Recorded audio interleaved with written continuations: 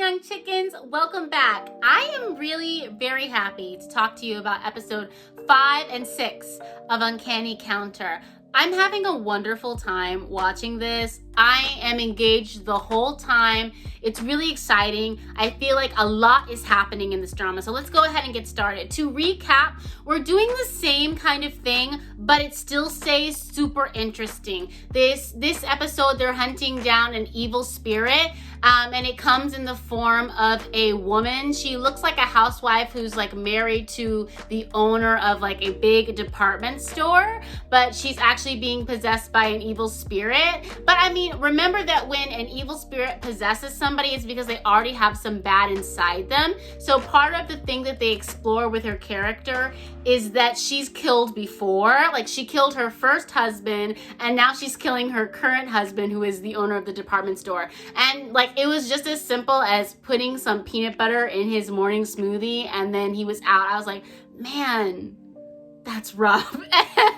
Anyway, I found this character super interesting. Honestly, it was kind of fun to watch her. Like, I know she's a villain and I know she was bad, but the actress playing her, I give her kudos because there was a really cool fight scene and it was like, she was a formidable opponent. Like, it was just kind of fun to watch her and watch them defeat her. And they only kind of defeated her because they couldn't really exorcise the evil spirit out of her. She just had to be taken to jail. But man, she creeped you out a little bit, and then she fought hard. So it was really interesting stuff. Meanwhile, you're finding out that So-moon, our main character, is really powerful. How do we know that? Because he seems to be able to draw up the territory of his own free will. Normally, they have to wait for the territory is a space that makes these Grim Reapers stronger when they fight. And normally they just have to kind of wait for it to appear, but he seems to be able to draw it up by himself. And that, along with his like super strength, like he's developing skills faster than anyone in the group has. Like, there's something really special about So-moon. So that has been really interesting to find out. Meanwhile, Motak, the older guy in the Grim Reaper group, he's still looking into his past and what happened to him 7 years ago, because if you remember, he's a Grim Reaper because he fell into a coma after being like ganged up on, stabbed, and pushed off of a roof. Because he used to be a former police officer detective, and the last call he made, we found out last episode, was to So-moon's dad, right? So Motak is really looking into his past. He's using his contacts. He has one contact at the police station. She's kind of like, she's still a police officer, but she is an outcast kind of at the police office, at the police station. Nobody really likes to talk to her, and it's because she wants to do the right thing. She really wants to make sure that justice is served, and everybody else seems to be being paid off. There's some kind of conspiracy that we can't get to the bottom of. So Motak is using his connection with her to explore different leads. There was this woman who was killed many years ago, and he was exploring her case before he was pushed off the roof. So he's trying to see if there's some connection there. Meanwhile, we get several moments in these 2 episodes where So-moon and Hana connect. Hana is the young girl in the Grim Reaper crime fighting group, and it's really nice. I think when she's fighting the evil spirit, the woman's evil spirit, the evil spirit reveals something about her past. The fact that her mom and dad and maybe even her sister died tragically. And this is something that Hana never talks about. But So-moon is able to comfort her because his parents died as well. And so that is a cool moment. I'm not gonna lie to you. You guys already know how I feel. I know they're setting that up, but I love his best friend the most, his girl best friend, and I feel like she's kind of a scene stealer. She's like my favorite. Like, right after the main character, she's like my favorite character. So even though she gets like 2 to 5 minutes of screen time, I am about her. She is great. And anyway, so we go into the next episode. Motak is still exploring his past, but then he brings So-moon along to explore with him because he just likes So-moon so much, and so he like allows him to tag along.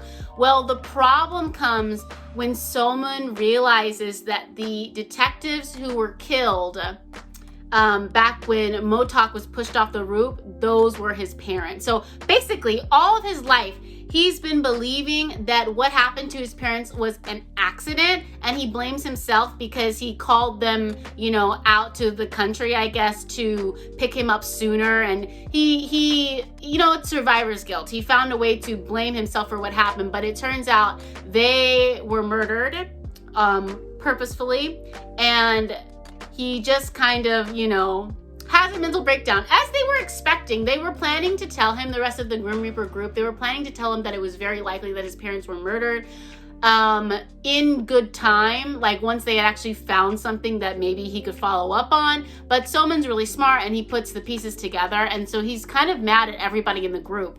So what happens after that is he kind of stays away from the shop for a day, and everybody's really worried about it. And throughout this process, we find out that Soman's parents never ascended to heaven, essentially.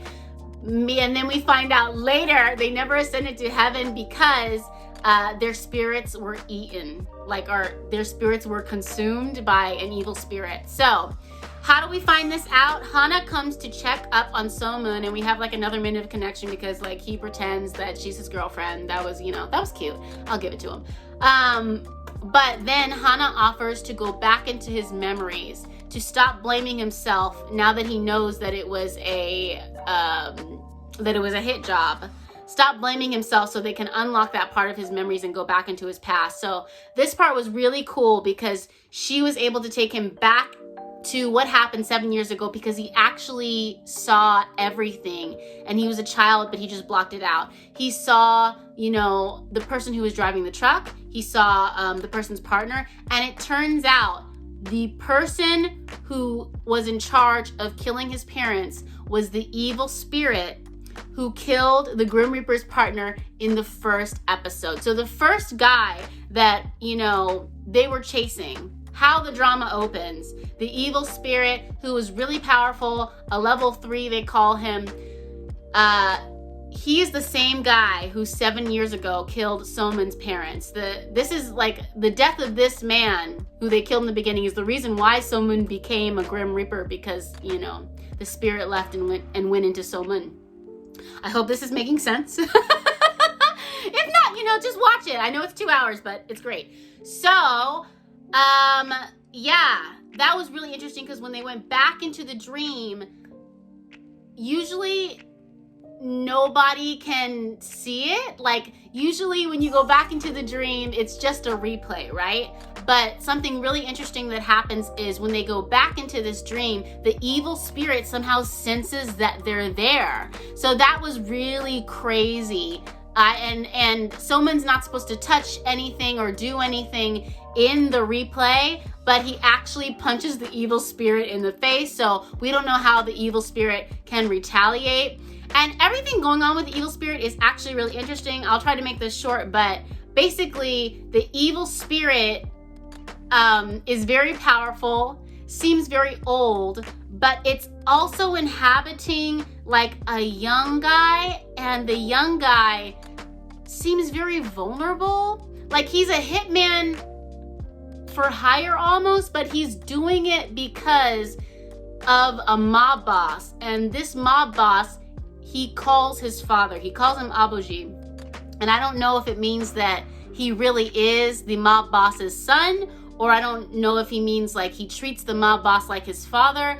I don't know, but that character is really interesting because you see glimmers of good in him, or you see him just wanting to have love and be accepted, but at the same time he's occupied by a very evil spirit, and I'm suspecting a very old spirit. So it's some interesting stuff, and we'll see as we go forward. And I have to admit that I do not understand what's going on with this whole political police station conspiracy corruption thing. Now, granted, this might be partly my fault because I am not the chick who would read a Game of Thrones novel with multiple perspectives. If it gets too dense, you lose me a little bit. But next week, I promise I'm going to go back and watch the episodes and try to see if I can figure out what all this exactly is about. I know that there's corruption and it has to do with police station and politics, but I don't know exactly what's going on. So Yeah, a lot of things happen these 2 episodes. I am really happy watching this. I'm enjoying watching this. And so if you have any hesitation, check it out. Uncanny Counter, man. Mwah, love it. So that's wonderful. If you guys are liking these recaps, please leave comments down in the comment section.